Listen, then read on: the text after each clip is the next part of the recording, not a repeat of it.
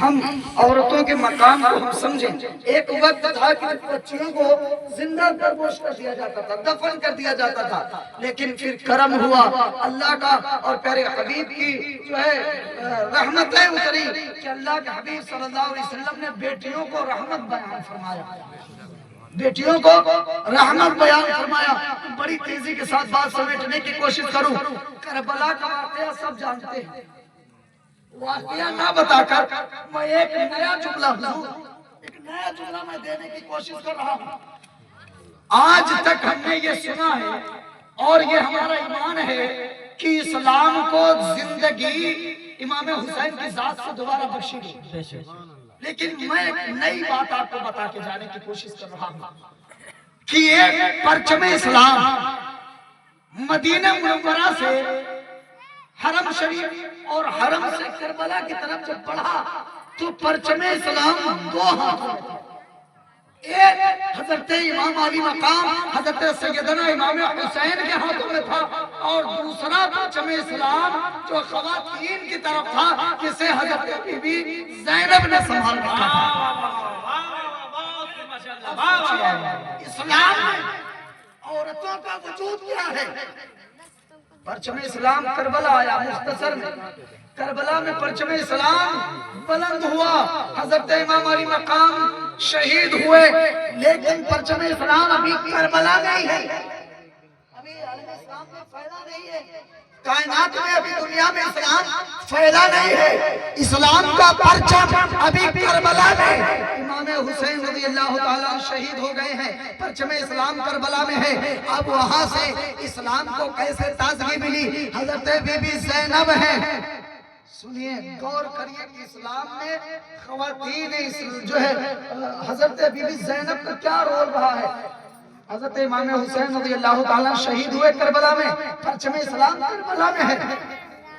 اگرچہ وہاں سے پردے داری کا ظہور باقی نہ رہتا تو اسلام یہاں تک اس شان سے نہیں پہنچتا۔ وہ یزیدی لشکر کے سپہ سالار جنہوں نے حضرت بی بی زینب کے سر سے چادر کو کھینچا، غیرت یہ تھی کہ اپنے زلفوں کو آگے کیا اور تمام خواتین کو یہ درس دے دیا کہ حالت ایسی بھی ہو، سچویشن کوئی بھی ہو، پردے کو چھوڑنا نہیں ہے۔ اگر تم پردے کو سنبھال گئی تو گویا کہ تم نے اسلام کی آبرو کو بچا دیا۔ اگرچہ تم نے پردے کو سنبھالا تو گویا کہ اسلام کی آبرو کو تم نے زندہ کر دیا۔ اور مدینہ جو کربلا سے پرچم اسلام مدینہ، اور مدینہ سے آج ساری کائنات میں جو شان سے پھیلا ہے، یہ آتا ہے حضرت بی بی زینب کی، جنہوں نے کربلا سے لے کر تمام عالم اسلام میں اسلام کا پرچم بلند کیا۔ سبحان اللہ۔ آدمی نماز پڑھے، روزے رکھے، حج کرے، عبادتیں کرے، کس لیے؟ جنت کے لیے۔ بڑا مقام ہے، نمازیں پڑھے، روزے رکھے، حج کرے، زکات دے، جنت کے لیے۔ اور رسول ہاشمی فرماتے ہیں جنت ماں کے قدموں کے نیچے۔ سبحان اللہ، سبحان اللہ۔ جنت کہاں ہے؟ ماں کے قدموں کے نیچے۔ ایسے ماؤں کے قدموں کے نیچے نہیں کہ جو اپنی اولادوں کو ناچنے کا سلیقہ سکھائے، ایسے ماؤں کے قدموں کے نیچے نہیں کہ جو اپنی اولاد کو چوری کرنا سکھائے، ایسے ماؤں کے قدموں کے نیچے نہیں جو اپنے بچوں کو دین کی تعلیم نہ دے، بلکہ جنت ان ماؤں کے قدموں کے نیچے ہے کہ جو اسلام کی آبرو کو بچا کے رکھیں اور اسلام کی بنیاد کو مضبوط کریں۔ جب عورت تعلیم سیکھے گی، ہر مسلمان مرد عورت کو، اللہ کے نبی نے فرمایا کہ صرف مرد کو علم حاصل کرنا نہیں، اللہ کے حبیب نے فرمایا ہر مسلمان مرد عورت کو علم دین حاصل کرنا فرض ہے۔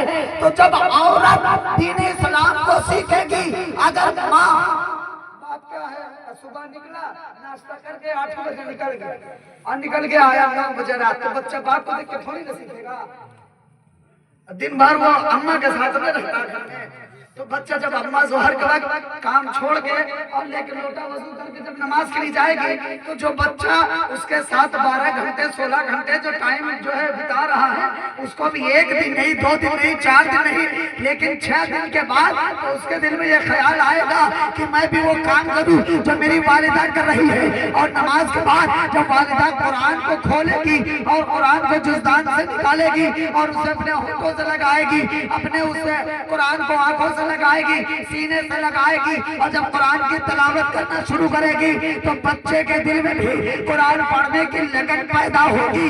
آج جو بچے مدرسوں سے بھاگ رہے ہیں اس کا سب سے بڑا ریزن مجھے یہ سمجھ میں آتا ہے کہ گھر میں کسی نے قرآن پڑھنا سکھایا ہی نہیں اور نہ تو بچے نے کسی کو پڑھتا دیکھا. اچھا بچہ دیکھے گا جیسے اگر 2-4 بچے کھیت میں کھیلتے رہیں گے تو گھر والا بچہ بھی دوڑ کے نہ جائے گا وہاں کھیل رہے ہیں. تو ویسے ہی جب ماں کو قرآن پڑھتے ہوئے دیکھے گا تو بچہ بھی تو قرآن پڑھے گا. تو میں گزارش کرتا ہوں تمام جو ماں بہنیں میری حاضر ہیں کہ آج ہی سے وہ توبہ کریں. اور اللہ کتنا کریم ہے. اللہ تبارک و تعالی ارشاد فرماتا ہے کہ جب میرا کوئی بندہ یا بندی جب توبہ کرتا ہے میری بارگاہ میں جب گڑ گڑاتا ہے اور مجھے رحمان و رحیم پکار کے جب دعا کرتا ہے تو میں اس کی دعا کو رد نہیں کرتا. تو آج ہی ہم توبہ کریں اپنے گناہوں پہ ندامت کریں اللہ ہماری خطاؤں کو بخش دے گا. اور ہم کوشش کریں کہ وقت فجر کے بعد سے ہی ہم قرآن پڑھیں اور بچوں کو قرآن سکھائیں اور کوشش کریں کہ اپنے گھر سے کم از کم ایک لڑکے کو کم از کم ایک لڑکی کو ضرور عالم دین بنائیں. عالم دین بنائیں. صرف وہ کام چالو والا حافظ بھی نہ بنائیں جسے نماز کے مسائل بھی نہیں معلوم ہیں. اللہ آپ سبوں کو علم دین حاصل کرنے کی توفیق فرمائے. عالم دین بنائیں. جب علم ہوگا تب تو معاشرے کی اصلاح ہوگی اور جب علم ہی نہیں ہوگا تو پھر معاشرے کی اصلاح کہاں سے ہوگی. تو ہم کوشش کریں. اللہ تعالیٰ نے ہمیں کس لیے پیدا کیا کس لیے تیزی سے بولے اللہ نے ہمیں عبادت کے لیے پیدا کیا ہے. اور اللہ فرماتا ہے یا ایھا الذین آمنوا اطیعوا اللہ واطیعوا الرسول. اے ایمان والو اللہ کی اطاعت کرو اور رسول کی اطاعت کرو. تو رسول ہاشمی فرماتے ہیں نماز میری آنکھوں کی ٹھنڈک ہے. تو جو نماز میرے رسول جو نماز آج حالت اتنی جو ہے دکھاوے والی ہو گئی ہے کہ آدمی رسول کے نام پہ سر کٹانے کو تیار ہے لیکن سر جھکانے کو تیار نہیں ہے. اور جب یہ پیشانی اللہ کی عبادت کے لیے رسول کی آنکھوں کی ٹھنڈک کے لیے جب مسجد میں یہ نام و پیشانی رکھی جائے گی تو رسول ہاشمی کی آنکھوں کو ٹھنڈک پہنچے گی. اور جب میرے نبی کی آنکھوں کی ٹھنڈک ہوگی تو اللہ تبارک و تعالیٰ ہر اس بندے کو بخش دے گا کہ جس کے ذریعے اللہ نے حبیب راضی ہو جائے.